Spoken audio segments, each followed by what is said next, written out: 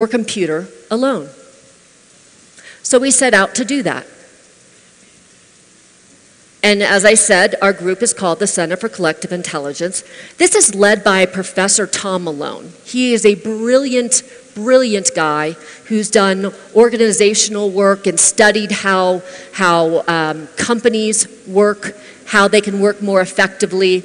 He wrote a book in 2004 called The Future of Work, which is really interesting because today the future of work is a really, really, really hot topic that everyone's talking about. He pioneered that effort in 2004. So, with this group, we've got a number of researchers at MIT and thought leaders around the world that we work with. And right now we're doing 3 main courses of activity, and I'm going to talk to you about those. The first one is measuring collective intelligence and thinking about what makes a group smarter and what makes a group with technology infinitely smarter. Then the second, we've been doing that work for a while, and I'm going to share with you some of that. Then what that led us to was, how can we test some of these theories? How can we actually build a lab that will allow us to demonstrate how people and technology together can tackle big challenges? And then, beyond that, so that's what's called the collab and the X dialogues, in thinking about how do we bring people together to collaborate, and what is that lab that we can study that. And then the last one is how do we accelerate that work? And how do we do that and make it go faster and faster?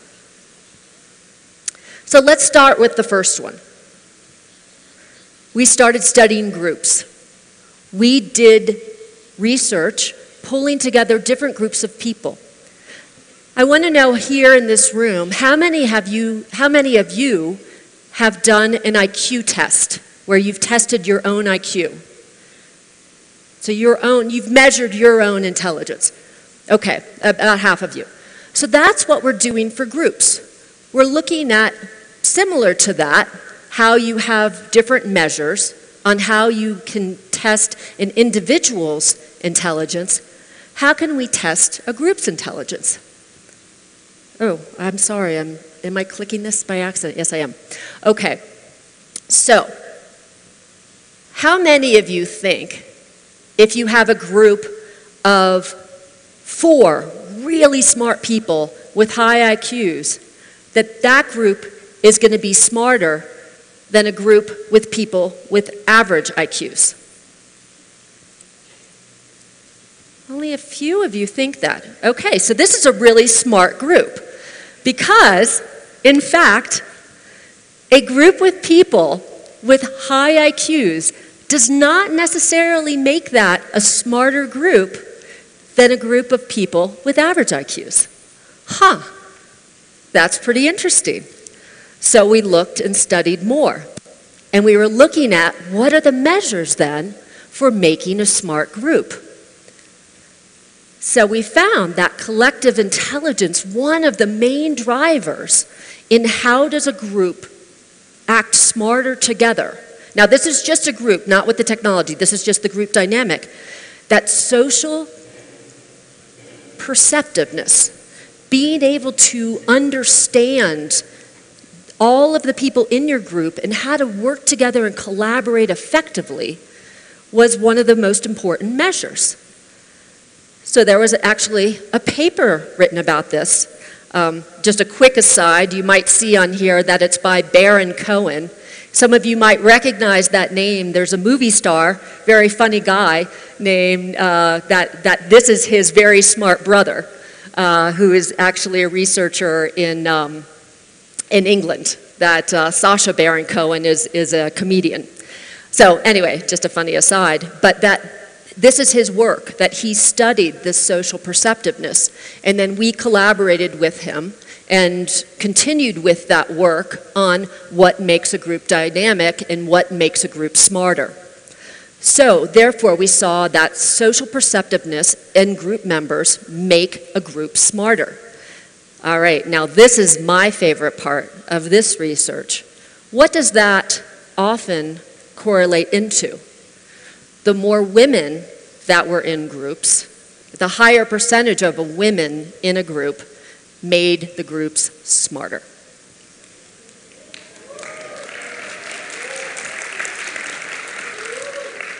So all of you out there who are hiring, who are also just women, know that that you're bringing a lot of power to your group, and two, that know in hiring for your startups or hiring for your companies, bring more women in, they are going to make your team smarter. And you've got Sasha Cohen's, Baron Cohen's brother telling you that. So I think that that's really fun. Okay, so studying this group dynamic and what makes groups smarter, that's one big part of our work. So then what we wanted to do was build on that and say, okay, now that we're looking at how do we build smarter groups, how do we understand how those groups work together, how do we scale that? How do we scale now people working in groups with technology to scale that to address global challenges? Now, we all know that we've got big global challenges in the world. We're going to have 9 billion people on this planet soon, and we need to think about how are we going to have enough food for them?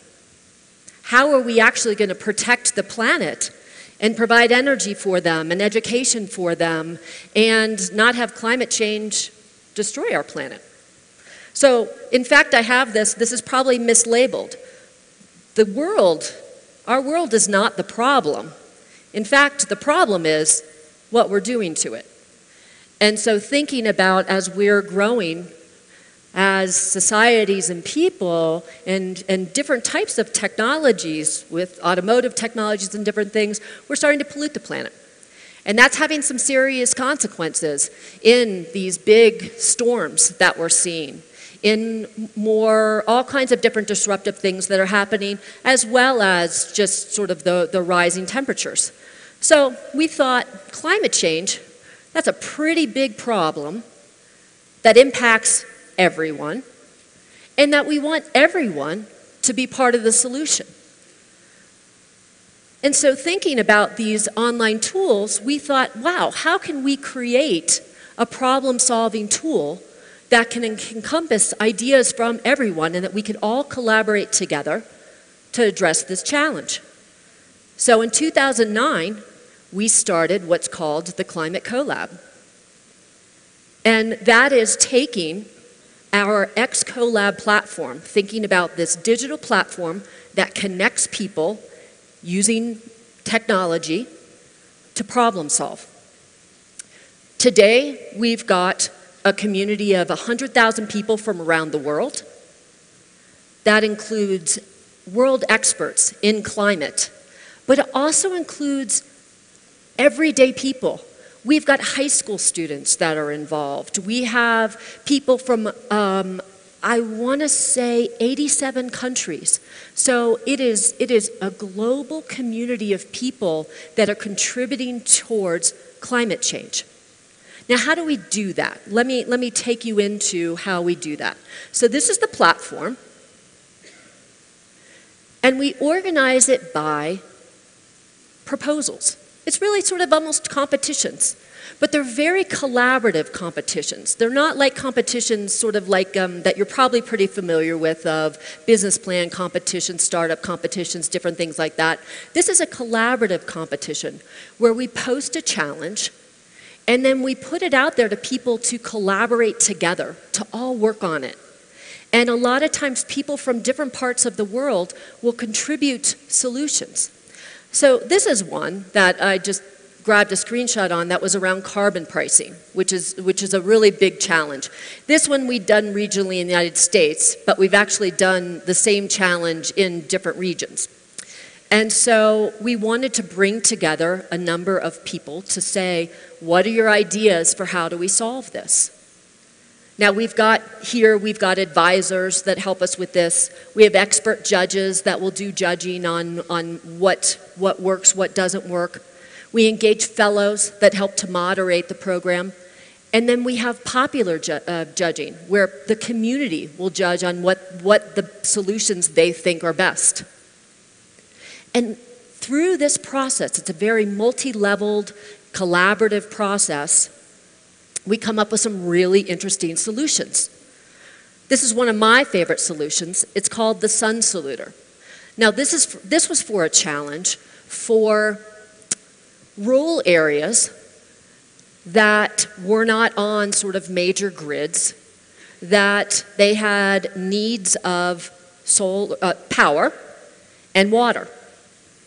So this girl, who was 17 years old at the time, came up with this solution.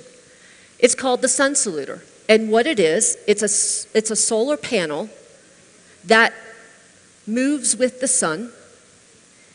And the way that it does that, she was inspired by, I think, this other thing that her grandmother had, which was this I think, bird thing that worked with water, and it would drip water, and in doing so, it would move. So she applied that dripping water to having the solar panel follow the sun.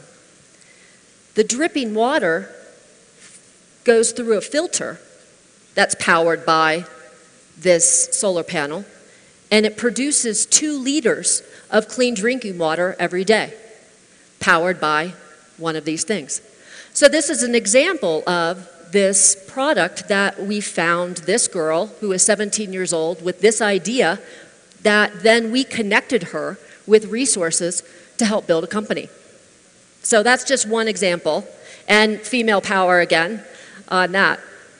So another big important part on this is thinking about that's sort of solving one challenge.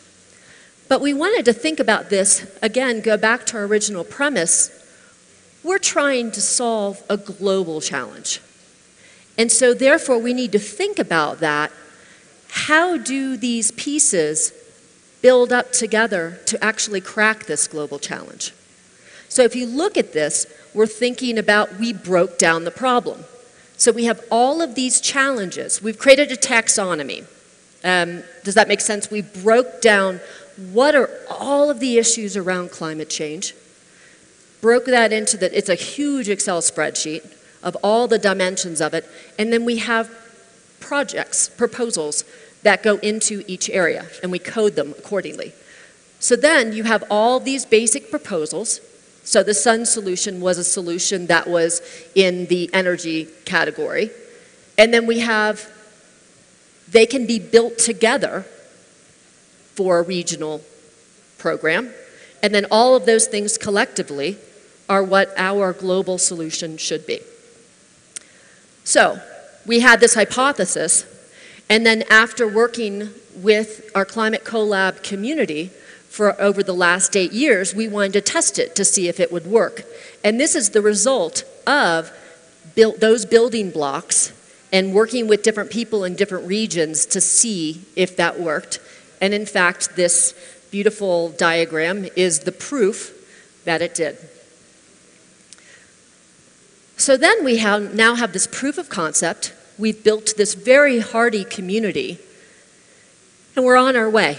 And thinking about now, okay, so we've got some momentum. Now let's go back to our problem. Again, our problem's not the Earth. The problem is what we're doing to the Earth. Or, in fact, is the problem what our governments aren't helping us fix? So, thinking about then, we thought, okay, how do we help our governments? So, COP21 Paris, does everyone remember that? Yes? Okay, yes. So I just came back from COP23, that was in Bonn a couple weeks ago. What did I just do? And we're working towards it. At COP21, the reason why those people are so excited is because we signed the Paris Agreement.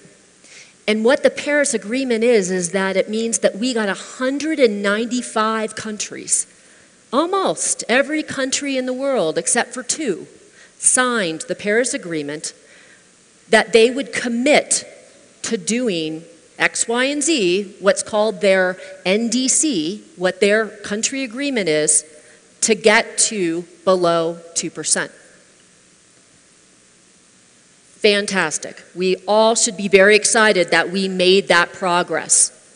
But that is just the beginning. We have so much more that we need to do. So what we've done is thinking about how do we accelerate, that is, okay, there we go. What we wanted to look at is how do we accelerate this progress, and how do we apply this whole collective problem-solving methodology to country programs.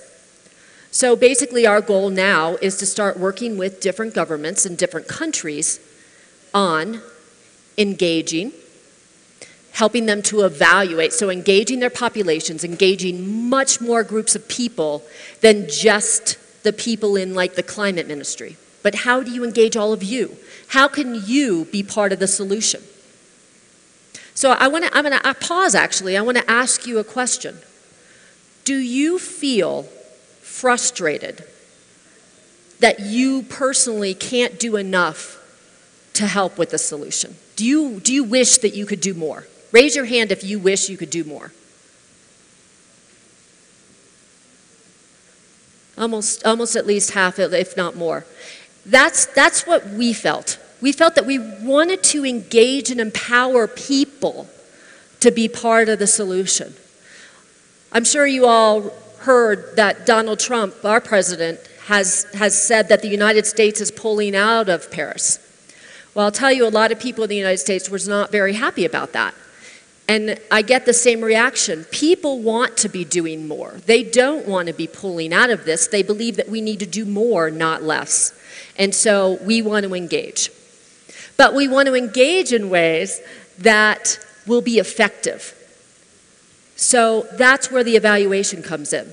Then we want to create knowledge bases where we can have all of these solutions together so people aren't recreating the wheel every time, but they have a place to go to find solutions. And then finally, once you have sort of all of these great vetted ideas, how do we get financing for them? Because if we can't make them real and we can't actually get them to the next level, it doesn't matter. So we felt that these were the 4 aspects of the Climate Accelerator Plan, or the Climate Pan Accelerator, the CPA. And then we started, when we just started this, we got a bunch of our friends at MIT together. And now we are starting to engage with countries all over the world and engage with their local universities, their government, big companies, and their populations. So this work is starting. So we're using the platform, which you've already seen, and we are translating this into multiple languages and really expanding this. We're looking at evaluation and all the different aspects of evaluation on the impacts and the feasibility, economic, political, social. And we have a distributed evaluation process that we developed for the Climate Collab, but we don't stop there.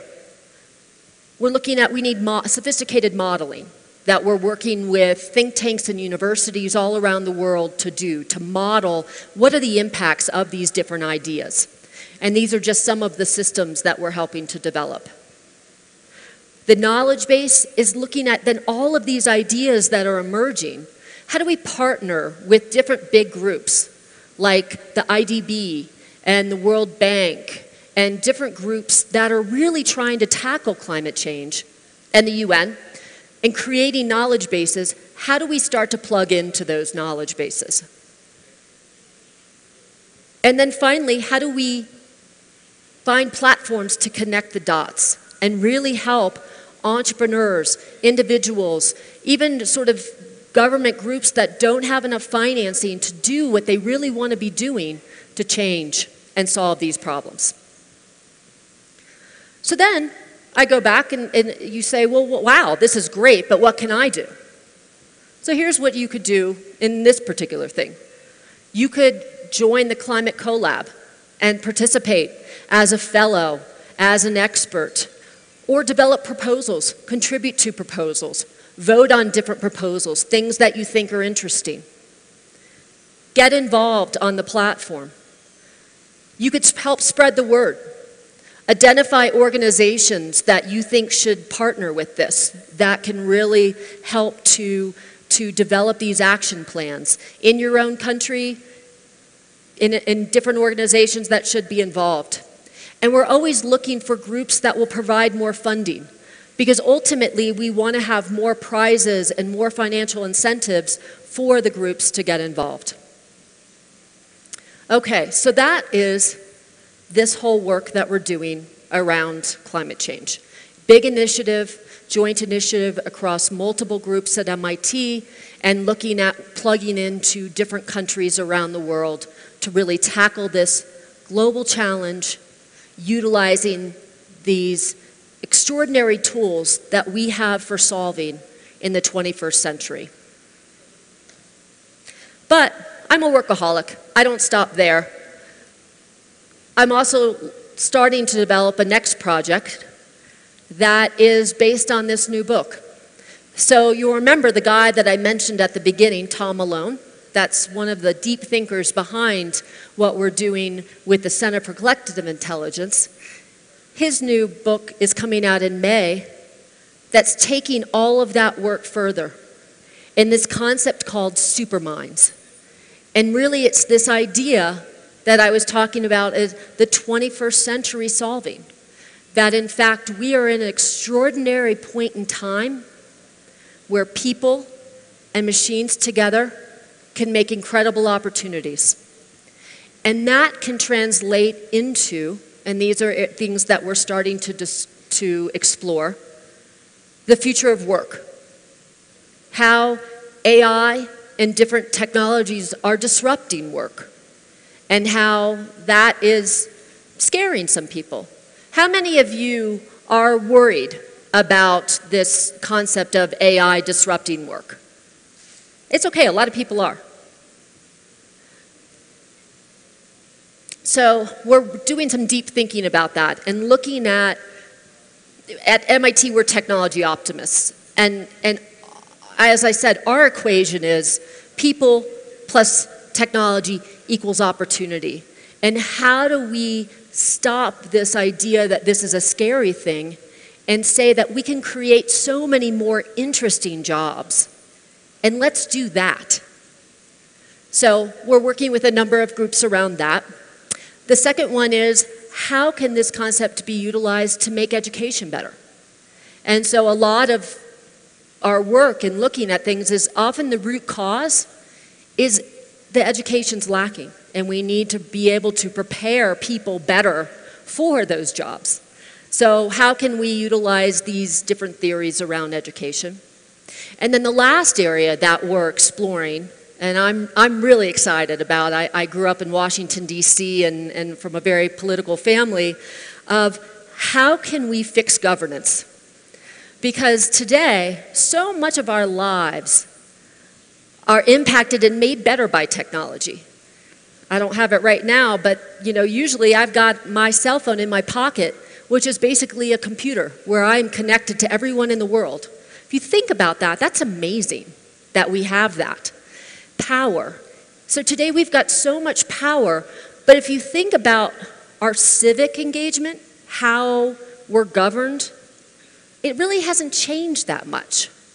And so thinking about how can we push that forward? How can we change how we're governed, and how can we all be part of that solution in a much more effective way? So there's some concepts around called liquid democracy and different things that is actually a theory that's been around for a long time, but we haven't had the tools as societies to implement them. And now we do. So those are just some things about that what we're exploring around what's next. So I hope I intrigued you. I hope I inspired you. I hope that I gave you some things that might help you in thinking and collaborating with people. I hope that I inspired you to hire more women, because now you know that that's exactly what you should be doing. And I'm gonna pause and I'm gonna answer some questions. But then I also want to tell you that I'm so excited about what's coming after me is the Innovators Under 35 pitches.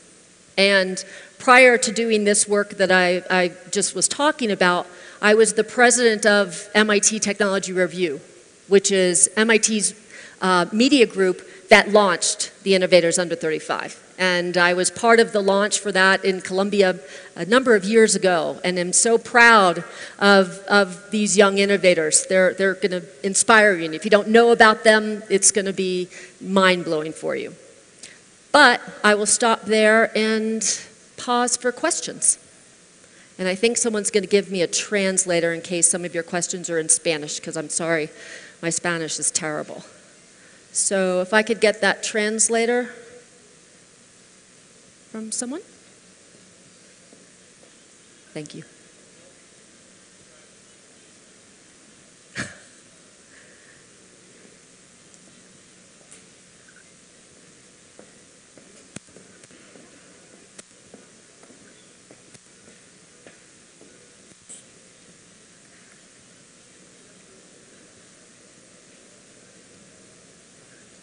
I'll just do one.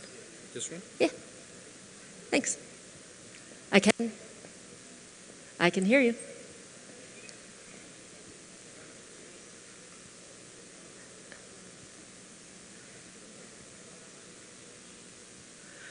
Okay, so that cut out a little bit. So I think that was one that came in from a tweet. Uh-huh.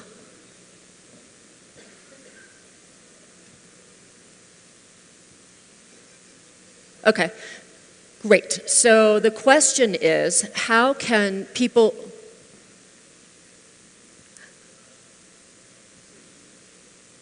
Okay.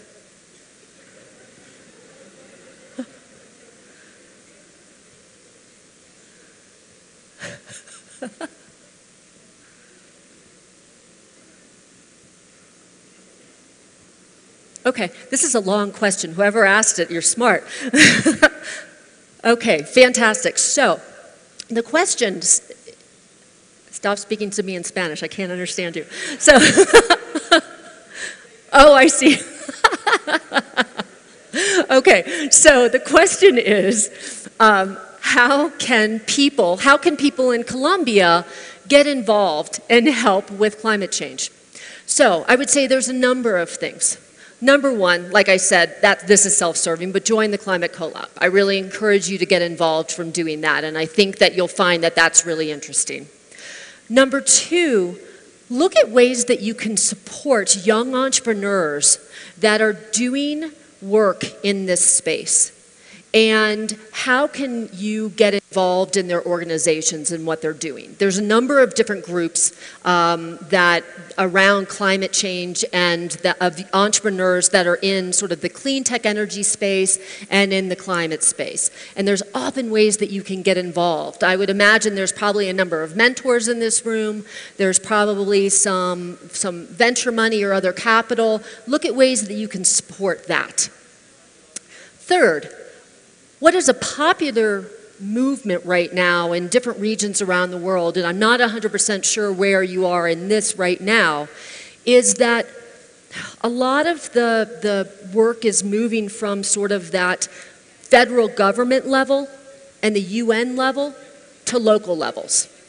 And that there are definitely a lot of organizations that are focusing on regional and local action. If there's not one in your area, you can look at sort of starting a chapter of those organizations. And I'd love to come find me afterwards. I'd love to talk to you about that in more specific terms. But I think that there's a number of organizations that there's a real movement towards regional work. And how can people individually be empowered in their local cities? And then also going back to that civic engagement aspect of it, pressure your local government, pressure your federal government. These are things that we all should have a voice on, and you can make an So that's the basic answer on that. I think I saw perhaps a hand over there. Do we have mics in the audience? Question here? And there, and there. So I'm not sure where the mics are.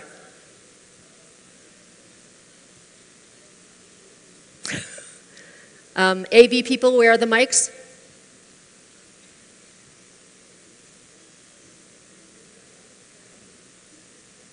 Are there mics in the audience for the questions?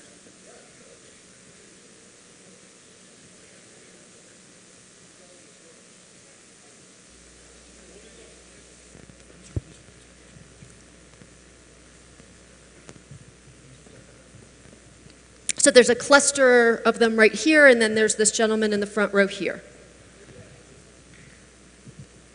And then there.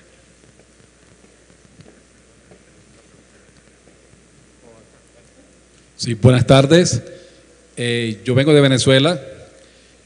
Hemos visto últimamente unos cambios profundos sociales a nivel de Sudamérica y quisiéramos saber cómo poder unir criterios gubernamentales de este lado del continente para poder lograr conseguir esos códigos y esos convenios para ayudar al clima.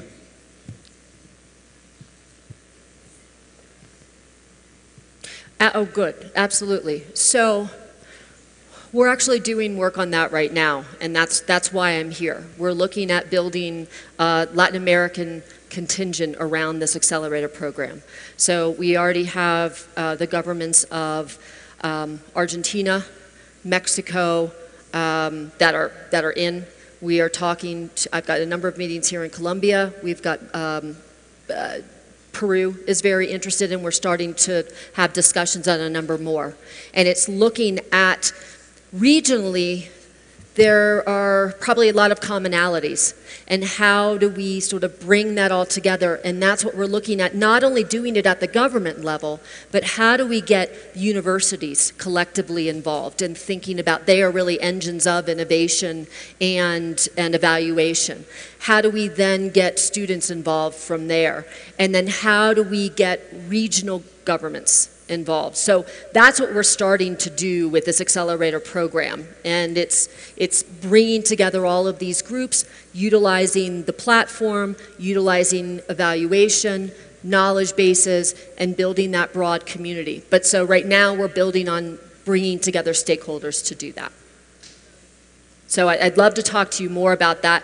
We haven't, Venezuela is one country that we haven't necessarily, because we're organizing a lot of the work around the NDCs, the Paris, and I think Venezuela is the one of the two countries that is not working on one. Am I right on that? Siendo un país determinante a nivel global porque somos productores de petróleo. Yo creo que sí fue suscrito, pero todavía el atraso tecnológico nos está permitiendo, por ejemplo, cambiar la basura por energía, como un sistema limpio de generar energía utilizando la materia inorgánica, por ejemplo. Pero como productores de petróleo, tengo entendido. I'm not hearing what you're saying, though. I'm sorry. How do I turn up the volume? Can you turn it up?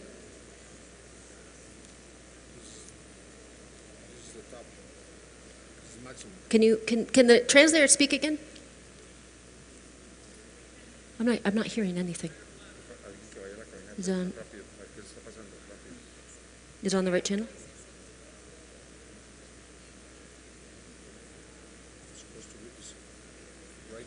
See, sometimes technology fails us.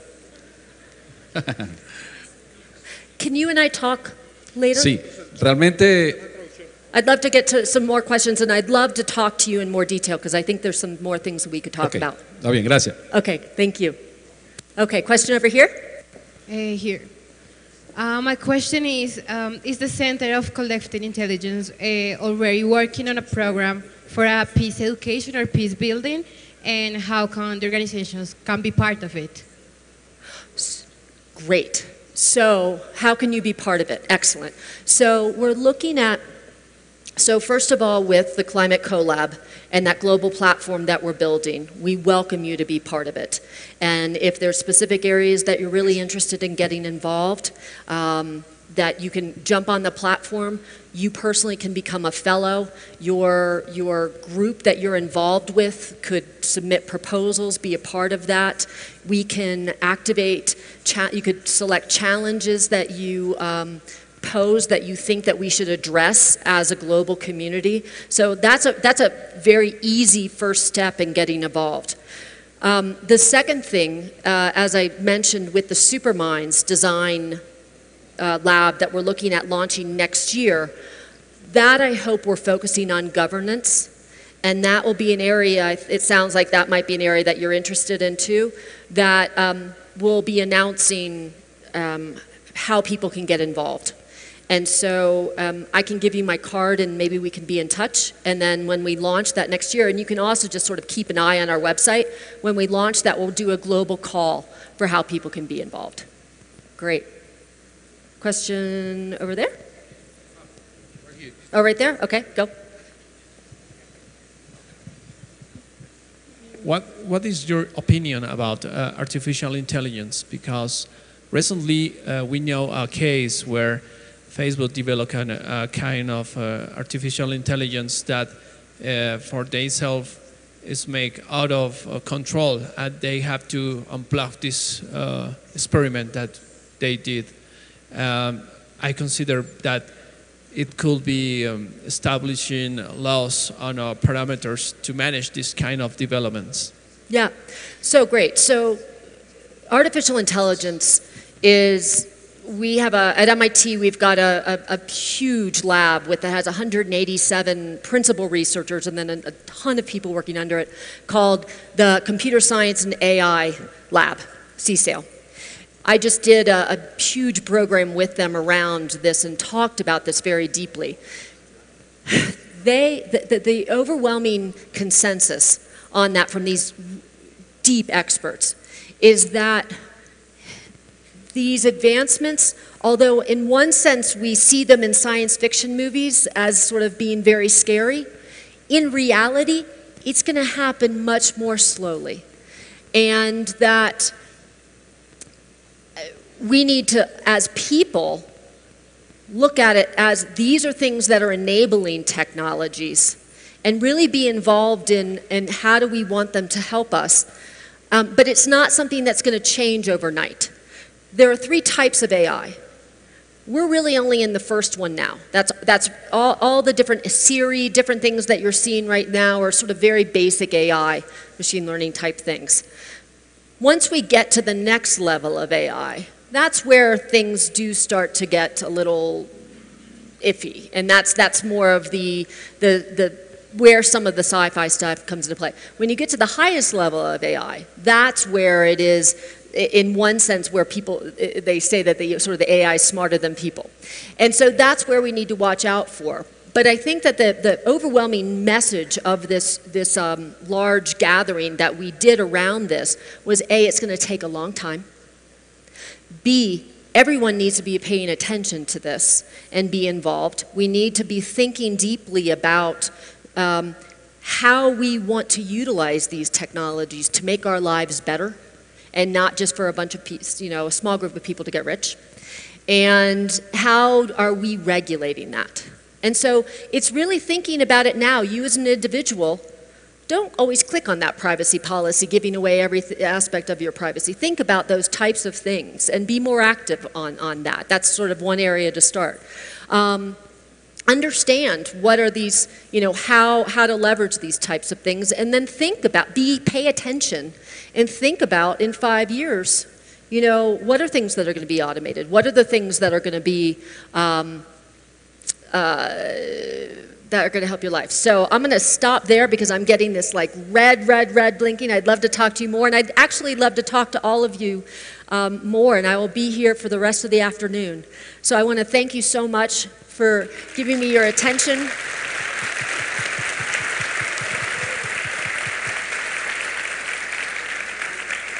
I think you're all heroes, so have a great day. Bye.